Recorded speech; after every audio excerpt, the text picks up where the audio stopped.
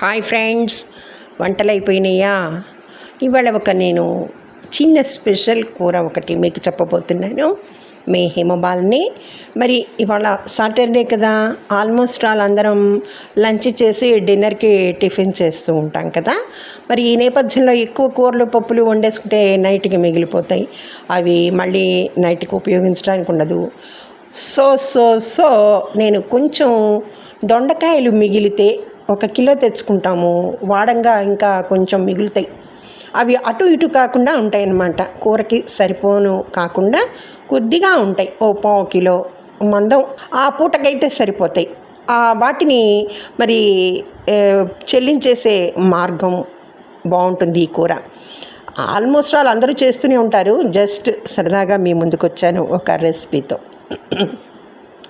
ఇక కూర విషయానికి వస్తే 1/4 కిలో అంతకన్నా తక్కువ చేసుకొని వాటిని 4 పక్షాలుగా తరుక్కొని కట్ చేసుకొని పక్కకి పెట్టుకోండి.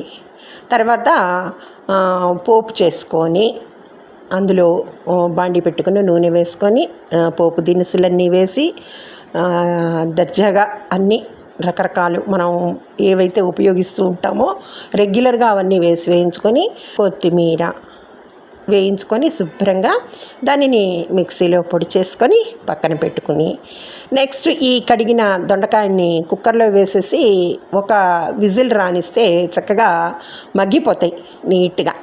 వాటిని తీసి బాండీలో నూనె వేసి చక్కగా ఈ తురిమిన మిక్సీ చేసుకున్న పొడిని వేసి వేయించుకొని అందులోనే ఉల్లిపాయ ముక్కలు కూడా వేసి వేయించి ఉప్పు కారం వేసి చక్కగా మీకు ఏదైనా మసాలా ఇష్టమైతే మసాలా పౌడర్ కూడా వేసుకొని, నేనైతే మసాలాలు వాడను. ఎల్లిపాయ కూడా ఎక్కువగా రానివ్వను వంటలోకి, ఎక్కువేంటి అసలు మేము వాడము. ఇవి వేసుకొని వేయించుకొని దానిని మళ్ళీ ఈ 1 విజిల్ రానిచ్చిన దొండకాయల్ని 4 పక్షాలుగా తరుక్కున్న దొండకాయలను అందులో వేసి వేయించి రెడీ చేసుకుంటే కూర చాలా బాగుంటుంది. స్టఫ్డ్ దొండకాయ కూర రెసిపీ రెడీ. మీ హిమబాల.